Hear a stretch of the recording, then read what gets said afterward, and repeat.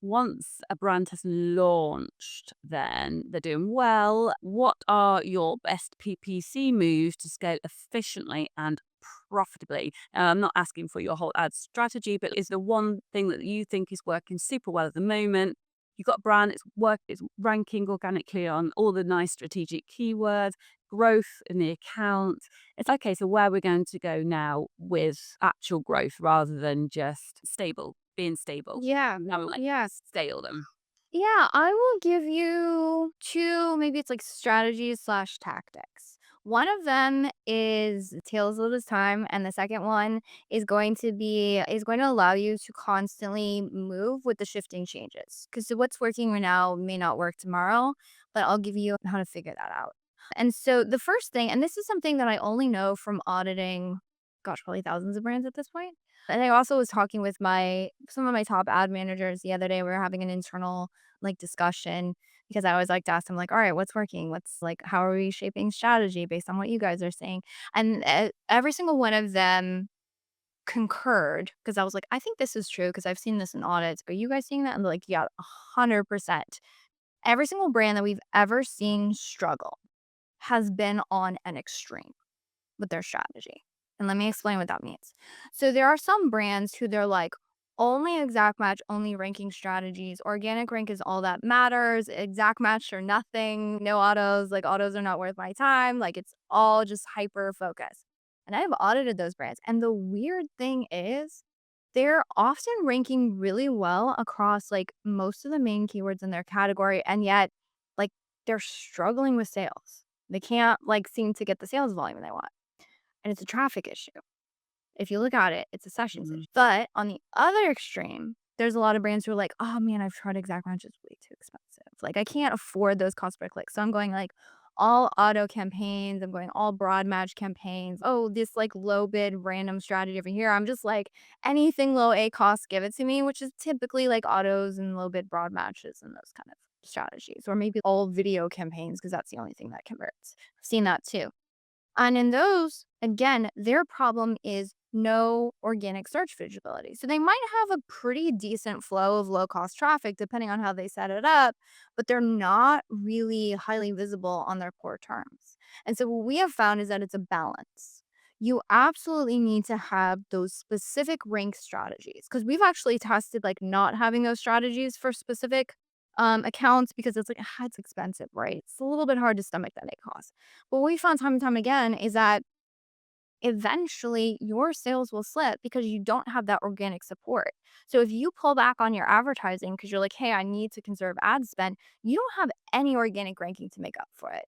And your dips and like highs of like your total sales are going to follow your ad spend swings so heavily. It's really difficult. But then again, on the other side, if all you're doing is those ranking strategies, you're missing out. Did you know about a third of like sales happen on product pages? Like, I don't think there's a single organic placement on a product page, like anywhere across the entire like inventory of Amazon, right? That's a third of traffic that you're just like, nope, I'm gonna opt out of. And so there's all of these, and a lot of times brands are thinking like, oh, like this is only good for like my like looking at keywords. It's only good for scraping keywords, and I already have all of my keywords, so why would I bother? And I'm saying they're good for keyword research, yes, but they're also good for low cost traffic. And you're like completely missing out on that.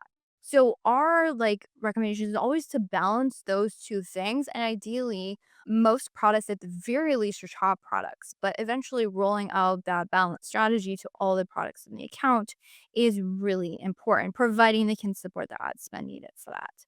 And then the second thing, so that's like the balance I would 100% recommend. Now, when it comes to figuring out what's working now, what we found is that is a game of looking at what is working in terms of match types, ad types, products, and then looking at where the holes are. So, classic example, I just did an audit call this morning, and we have some, I think they're pretty cool. I built it myself, like an audit report that we put together. And it was so interesting because they were looking at a sponsored brand. So we're like, okay, so we're looking at sponsored brand ads, like your a cost on these is like 7.8%. Amazing. Who doesn't want a 7.8% ACOS? But then when we look deeper into the match types that they were targeting inside of their sponsored brand ads, it was like, hold up, your like broad match targeting inside of your sponsored brand ads is running at 104% ACOS. Like, just right there, that was, like, so crystal clear. It's like, fix this, less of broad match, or figure out what the heck is going on with the search terms in broad match, and then, wait, your exact match and phrase match is, like, crushing it. So, hey, why don't we go in and by the way, the reason why they had a 7.8% ACOS was because their exact match was running at, like, a 6 point something. So, it was, like, it was hiding and it was making up for that really poor performance elsewhere. And that is so common in accounts is you'll think, oh, top line numbers are great. My total A cost is great. Meanwhile, we do an audit in the account. We're like, did you know your third best seller has like a 34% total A cost on it when like your account averages are like 12? And it's because your top product's making up for all of it's like it's your best sellers and the things that are working well in your account are hiding all of that gunk and poor performance underneath. So really, if you want to have a good just have constantly leveling up, it's continuously rinsing and running audits on your own account. Again, as an agency, like we rinse and repeat and audit. Like we have brand managers looking at other brand managers' stuff. And like one of my top managers was like, hey, I want somebody to audit my stuff. What am I missing? I'm sure there's blind spots. So it's making sure that you're diving into not just the top line numbers, but everything else underneath and saying, okay, what is working well? How do I do more of that? And then what's not working well? And how do I take those resources and just allocate them to the ones that are working? Another fine answer there, Elizabeth. Loads of information there for listeners. I would suggest as well auditing continuously is the way forward because you can look at those campaign numbers, ACOS, and think you're doing okay. It's when you go really deep, like which products are in which campaigns, what match types are in, what ad groups, and it's going right into that granular detail and finding what's working and what's not working. And yeah, it's all in the numbers, it's all in that data. Don't just look at those headline figures and think you're cruising because, yeah, you're just not going to be using your ad spend as wisely as you possibly can. And just going back to one of your points there as well, sometimes working with clients, as lovely as they are, when they set such challenging targets of a tight ad budget, but wanting you to perform super well in terms of profitability and sales with a budget, it is always a challenge, isn't it? And it's having that like real problem solving approach to PPC management and really digging into that data, like exactly like you just said.